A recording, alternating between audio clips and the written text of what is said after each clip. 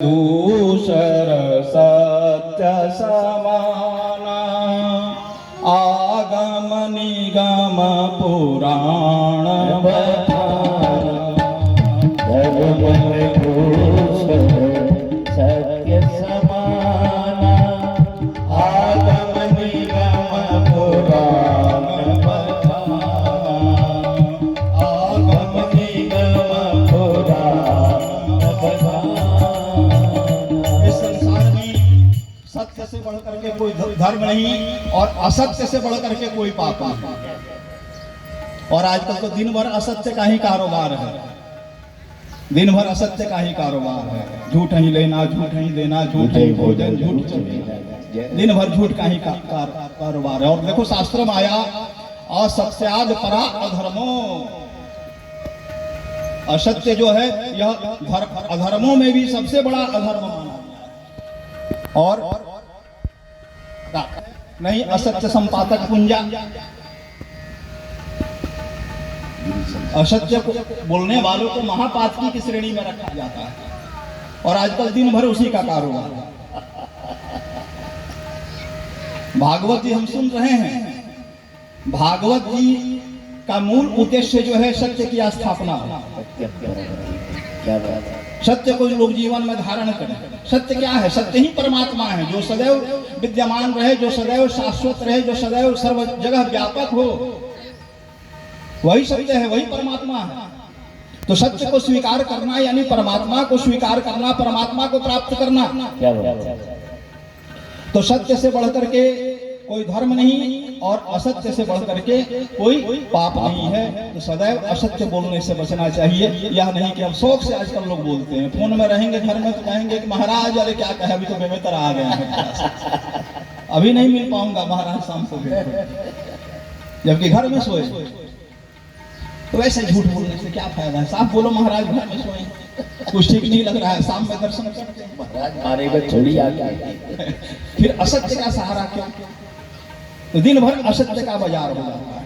देखो सर्वप्रथम सूत जी महाराज जब शौनकादिक ऋषियों को भागवत की कथा श्रवण कराने के लिए बैठते हैं तो ऋषिगण 6 प्रश्न सर्वप्रथम श्री सूत जी महाराज से करते हैं। ऋषियों के 6 प्रश्न के नाम से भी इन्हें भागवत में जाना जाता है। यह 6 प्रश्न क्या है? प्रथम प्रश्न करते हैं कि मानव के लिए परम धर्म क्या है, सर्वोत्कृष्ट धर्म क्या है, सबसे उत्तम धर्म क्या है। दूसरा प्रश्न करते हैं कि सभी देवताओं में श्रेष्ठ कौन है, किसकी पूजा करनी चाहिए। तीसरा प्रश्न करते हैं कि वेदों में भगवान का नाम अजन्मा है, तो फिर उनका जन्म कैसे होता है, वह राम कृष्ण के रूप में कैसे अवतरित होते हैं। चौथा प्रश्न है भगवान के अवतार कितने हैं। पांचवा प्रश्न है कौन सा वक्ता श्रेष्ठ होता है, कैसे वक्ता के मुखारविंद से कथा श्रवण करनी चाहिए। और छठा प्रश्न है कि शास्त्रों के अनुसार हर युग में भगवान धर्म की रक्षा के लिए अवतार लेते हैं और अवतार लीला के अंत में जब भगवान इस धराधाम से वैकुंठ को गमन कर जाते हैं उस समय धर्म किसकी शरण में रहता है, उस समय धर्म की कौन रक्षा करता है। इस प्रकार से 6 प्रश्न जो हैं वह शौनकादिक ऋषि श्री सूत जी महाराज से पूछते हैं। और श्री सूत जी महाराज उन 6 प्रश्नों का उत्तर देते हुए प्रथम प्रश्न जो है कि सबसे बड़ा परम धर्म क्या है, सर्वोत्कृष्ट धर्म क्या है,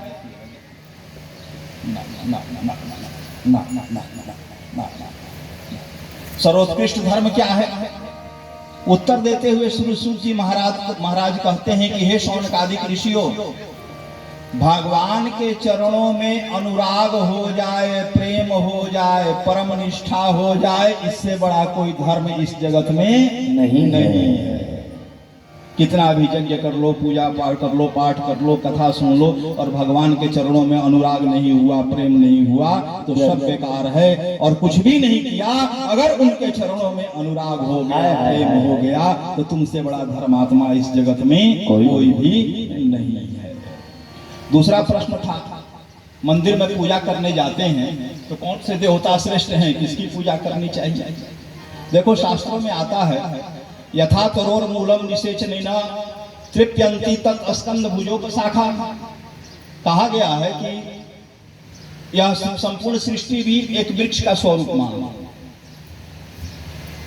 यह भी एक वृक्ष का स्वरूप है। जैसे हमारे शरीर को भी वृक्ष का स्वरूप माना गया है, इस सृष्टि को भी वृक्ष का स्वरूप मानो।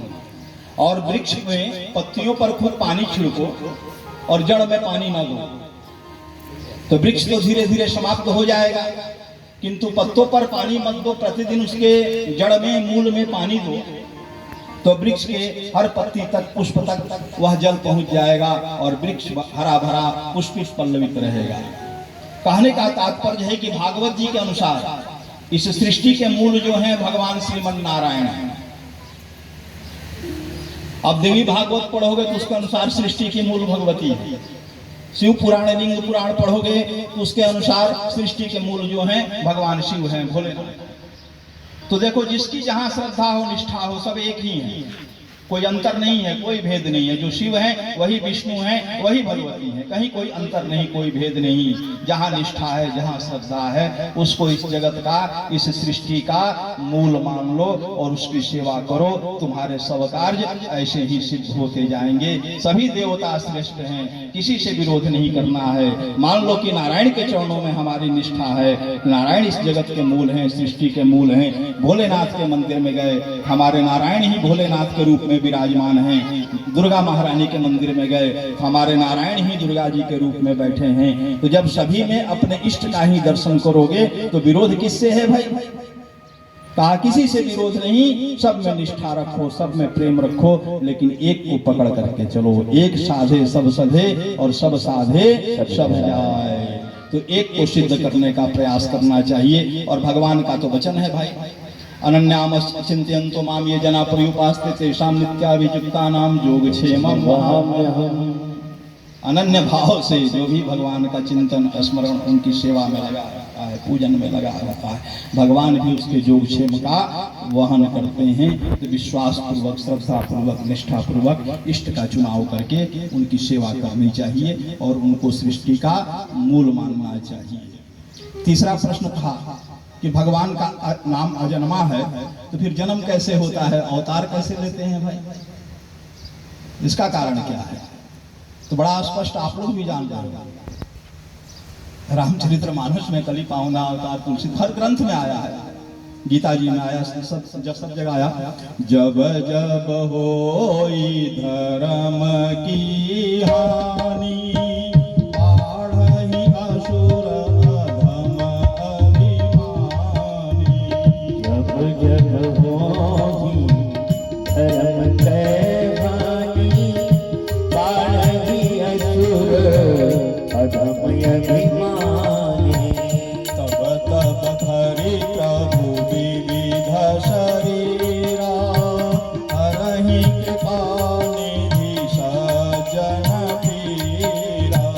तब तब प्रभु धरि विविध शरीरा हरहि कृपा निधि सज्जन पीरा। यही बात गीता में भी आया, यदा यदा हि धर्मस्य ग्लानिर्भवति भारत अभ्युत्थानम् अधर्मस्य तदात्मानं सृजाम्यहम् परित्राणाय साधूनां च विनाशाय दुष्कृतां धर्म संस्थापनार्थाय संभवामि युगे युगे। गीता दुर्गा सप्तशती में भी भगवती कहती हैं, इत्थम यदा यदा बाधा दान उत्था भविष्यति। जब जब जगत पर, सृष्टि पर, धर्म पर, जीव पर संकट उपस्थित होगा, तब तब मैं उनका रक्षण करने के लिए अवतरित होऊंगा या होऊंगी। हर जगह इस तरह का संकल्प आया और यही भगवान के सगुण स्वरूप के अवतार का हेतु भी है, कारण भी है। भगवान स्वयं के सुख के लिए अवतार नहीं लेते हैं, भक्तों के सुख के लिए, भक्तों की इच्छाओं की पूर्ति के लिए, भक्तों के मनोकामनाओं को सिद्ध करने के लिए, जगत के कल्याण के लिए समय समय पर भगवान का अवतार होता है। चौथा प्रश्न था कि भगवान के अवतार कितने हैं? तो भाई भगवान का अवतार तो कहना बड़ा मुश्किल है। हरि अनंत, हरि कथा अनंता। भगवान भी अनंत हैं, उनके अवतार भी अनंत हैं और उनकी कथा भी अनंत ही है। लेकिन मुख्य रूप से 24 अवतार हमारे यहाँ माने जाते हैं। मुख्य रूप से भगवान विष्णु के 24 अवतार माने जाते हैं। आपको स्मरण करा दें 24 अवतार कौन कौन से हैं, जब कथा चल रही है। भगवान का प्रथम अवतार जो है वह सनकादिक ऋषियों का है। दूसरा अवतार वराह अवतार है। तीसरा नारद अवतार। चौथा नर और नारायण का अवतार। पांचवा भगवान श्री कपिल देव जी का अवतार। छठा दत्तात्रेय भगवान का अवतार। आठवां सातवां यज्ञ भगवान का अवतार। आठवां श्री ऋषभ देव जी का। नौवां पृथु जी का। 10वां मत्स्य अवतार। 11 कच्छप अवतार। 12 धन्वंतरी अवतार। 13 मोहिनी अवतार। 14 श्री नृसिंह भगवान का अवतार। 15 वामन नारायण का अवतार। 16 श्री परशुराम जी का अवतार। 17 महर्षि वेद व्यास का अवतार। 18 आदरणीय प्रभु श्री राम का अवतार। 19 श्री बलराम जी शेषावतार। 20 भगवान श्री कृष्ण का हमारे कन्हैया का अवतार। 21 हरि अवतार। 22वां हंस अवतार। 23वां बुद्ध अवतार और 24वां कल्कि अवतार इस कल्प में होना अभिशेष है। हर कल्प में यह 24 अवतार होते हैं। कहा कि भगवान के यह 24 अवतार हैं और इन 24 सभी अंशा अवतार हैं। पूर्णा अवतार जो है राम और कृष्ण, यह दो जो हैं यह पूर्णा अवतार हैं और बाकी सब